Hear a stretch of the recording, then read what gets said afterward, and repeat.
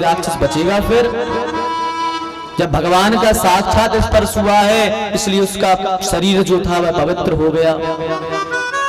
वरना पूतना ऐसी थी, यदि 18 किलोमीटर दूर से निकल जाए तो दुर्गंध आ जाती थी कि भैया 18 किलोमीटर के एरिया में कहीं ना कहीं पूतना है। इतनी दुर्गंध आती थी शरीर से और मरने के बाद सुगंध आ रही है।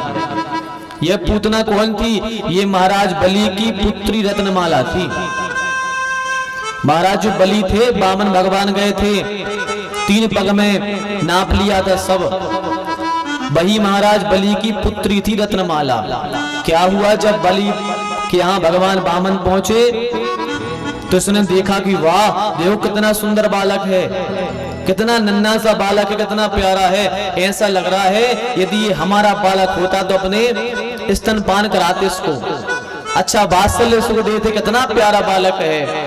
ये भाव आया उसके अंदर तो भगवान ने कहा कोई बात नहीं, हम सबके भावों की पूर्ति करने वाले हैं।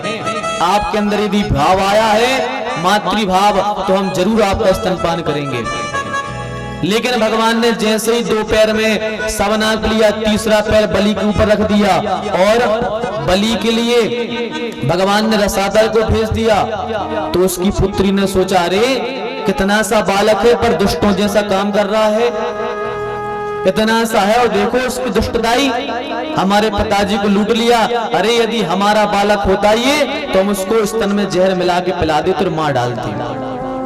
उसके मन में ये भाव आया। भगवान ने कहा कोई बात नहीं, हम तुम्हारा ये भाव भी पूर्ण करेंगे। ये भी तुम्हारी मनोकामना है कि हमें स्तन में दूध मिला करके जहर मिला करके पिलाओगी, मर जाएंगे, वो भी स्वीकार है, वैसा भी कर लेंगे। तो वही रत्नमाला दूसरे जन्म में पूतना बन करके आई है और भगवान ने उसको वही सुख दिया है जो उसने पहले मांगा था। इतने दयालु है भगवान। और भगवान ने कौन सा वरदान दिया है? जो अपनी माता यशोदा को जो गति देनी थी भगवान ने वह गति उस पूतना को दे दी, जो गति माता यशोदा को देनी थी। तो सोचो भगवान कितने दयालु हैं कि जो गति माता यशोदा को मिलनी थी वह पूतना को गति मिली। तो इतने दयावान से ज्यादा और भगवान कितने दयालु होंगे। जब भगवान ऐसी राक्षसों पर कृपा करते हैं तो हम जैसे दीनों पर, हम जैसे लोगों पर भगवान कृपा क्यों नहीं करेंगे। भगवान ने पूतना का उद्धार किया है। बोलिए कृष्णचंद्र भगवान की।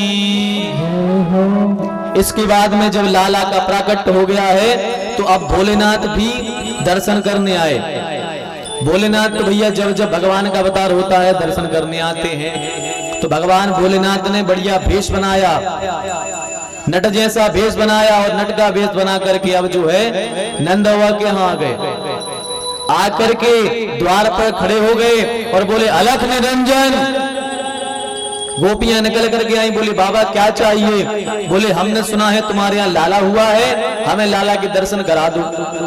गोपियां बोली रुकिए आप, हम यशोदा जी से पूछाएं। यशोदा जी के पास में गए, बोले माँ एक बाबा आए हैं और कह रहे हैं कन्हैया के दर्शन करने हैं। यशोदा जी बाहर निकल के आई और यशोदा जी ने जैसे ही भोलेनाथ को देखा तो देख के डर गई। क्यों डर गई? क्योंकि भोलेनाथ जो थे ऐसा रूप बना के आए, कानों में बिच्छू पहने, गले में सर्प डाले और शरीर में भभूति रमाए।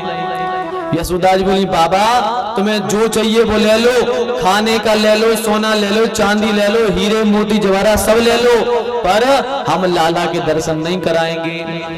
बाबा बोले काहे? बोले इसलिए क्योंकि बाबा आपको देख के तो हम डर गए, तो वो तो छोटा सा लल्ला है, वो तो और डर जाएगा, आपको देख के हम दर्शन नहीं कराएंगे। बाबा बोले नहीं नहीं, तुम्हारा बालक डरने वाला नहीं है, तुम्हारा बालक तो 1000 फनों के शीश पे शयन करता है। मैया बोली बाबा पागल हो गए, हम मोड़ा वे पल्ला में सोते, तुम कह रहे 1000 शीश पे सोते, हम मोड़ा भीतर सो रहा हो। बाबा बोले हमें दर्शन करा दो। बोले हम ना कराएंगे दर्शन। बाबा बोले जब तक दर्शन ना करा हो तब तक हम यहीं बैठे रहेंगे गेट पे। यशोदा जी बोली बैठे रहो, हमारे घर में 4 दरवाजे हैं 4 दिशाओं में, हम ये दरवाजे को बंद कर दें, हम दूसरे दरवाजे को खोल लें। बोले ठीक है देवी। तो भगवान शंकर गए और सामने एक वृक्ष लगा था, उसके नीचे आसन लगाई और भोलेनाथ बैठ गए। हट करके भोलेनाथ बैठ गए और भोलेनाथ बैठ के रो रहे हैं। भगवान भोलेनाथ रो रहे हैं कि हे ठाकुर जी देखो तो कौन सा पाप बन गया हमारा कि हमें आपका दर्शन नहीं हो पा रहा। सोचो भोलेनाथ भी ये कह रहे हैं कि भगवान हमें आपका दर्शन नहीं हो पा रहा, कौन सा पाप बन गया हमसे। अब बाहर रो रहे भोलेनाथ, अंदर कन्हैया रोने लगे। अंदर कन्हैया ने रोना चालू कर दिया। अब तो कन्हैया इतना चिल्ला चिल्ला के रोए, इतना चिल्ला चिल्ला के रोए कि ग्वाल वाल थे सब आए कन्हैया को चॉकलेट दे, मक्खन दे, सब दे, पर कन्हैया न माने। यशोदा जी आई, यशोदा जी ने लिया, स्तनपान कराया, पर कन्हैया फिर भी ना मोगे। वो तो रोए जा रहे हैं, नजर उतारी सब किया, पर कन्हैया ना रुके। अब तो यशोदा जी घबरा गई, क्या बात है, हमारे लाला को क्या दिक्कत आ गई, क्या बात है, हमारे लाला इतना रो क्यों रहा है। तो एक ग्वालन बोली, मैया एक काम करो, बाहर जो बाबा बैठे हैं उनसे झड़वा लो, वो झाड़ दे तो शायद अपने बाबा अपना कन्हैया मोंग जाए, ना रो। तो बोले ठीक है एक काम करो, बाबा को ले आओ। लेकिन बोले सुनो, बाबा से दूर से झड़वाएंगे, हम पास में नहीं देंगे बाबा को। बोले ठीक है। तो एक गोपी गई, बोले बाबा चलो, कन्हैया बहुत रो रहे हैं और उनको चल के आप झाड़ दो। बाबा बोले बिल्कुल चलो चलो चलो। बाबा पहुंचे, बोले लाओ कन्हैया को झाड़ दें। यशोदा जी बोली नहीं, हम अपने हाथ में लिए कन्हैया, आप दूर से खड़े खड़े झाड़ दो। बाबा बोले ऐसे नहीं झाड़ेंगे, झड़वाना कि नहीं, हम ऐसे नहीं झाड़ेंगे। और सुनो देवी, यदि हमने आज झाड़ा लगा दिया तुम्हारा लाला जिंदगी में कभी नहीं रोएगा। अब यशोदा जी सोचेंगी तुम्हारा मोड़ा का रोए ने तो झड़वा ले, लेकिन डर भी लगे। तो माता ने डर डर के कहा कि ठीक है बाबा, कन्हैया को ले लो, पर ध्यान रखियो अपने ये सांप आप उतार दो, एक तरफ कर दो, फिर ले लो आप। बाबा बोले ठीक है ऐसा ही कर लो। बाबा ने सांप अलग करे, हाथ में कन्हैया को लिया और बाबा बोले सुनो, हम एक कमरे में एकांत में झाड़ेंगे।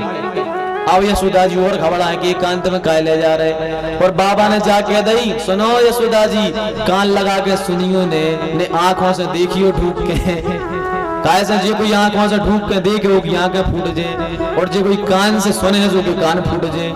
अब यशोदा जी और डराए कि बताओ बाबा पहले कान ही लगा के सुनते दबाले में, अब वो ही नहीं सुनन दे रहो। मैं डरा डरा दे तो दो कि भैया काना मूंग तो जाए। और जैसे ही हाथ में पहुंचे बाबा के, तत्काल कन्हैया शांत हो गए, तत्काल जाकर के शांत हो गए। यशोदा जी ने कहा हाँ बाबा में कुछ तो है। बोले ठीक है बाबा, अब ले जाओ भीतर आप। बाबा ने पहले ही से अपना प्रभाव दिखा दो। अब भगवान पहुंचे भीतर और किवाड़ लगा लिए और भगवान शंकर जी से बोले क्यों बाबा रो क्यों रहे थे। तो शंकर जी बोले नाथ, हम आपके दर्शन करने आए थे और आपके दर्शन नहीं हो रहे थे तो रो रहे थे। पर भोलेनाथ ने कहा भगवान आप क्यों रोने लगे, आप क्यों रोने लगे।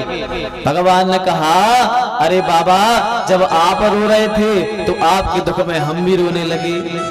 तो बोले भगवान बोले अब ना रो, और जिंदगी में अब कभी मत रोना, अब जिंदगी में कभी मत रोना। बोले ठीक है अब नहीं रोएंगे। और बढ़िया भगवान को झाड़ा लगाया और भगवान बाहर निकल करके आए और बाबा यशोदा जी से बोले सुनो यशोदा, आज के बाद तुम्हारा लाला कभी नहीं रोएगा। खूब आशीर्वाद दे दिया भोलेनाथ ने। बोलिए शंकर भगवान की, खूब अच्छा आशीर्वाद दे दिया। और कह रहे हैं बाबा, क्या कह रहे हैं कि जुग जुग जीवेरी यशोदा मैया तेरो ललना। जुग जुग जीवेरी यशोदा मैया तेरो ललना। जुग जुग जीवेरी यशोदा मैया तेरो ललना। जीवेरी यशोदा मैया तेरो ललना। तेरो ललना मैया तेरो ललना।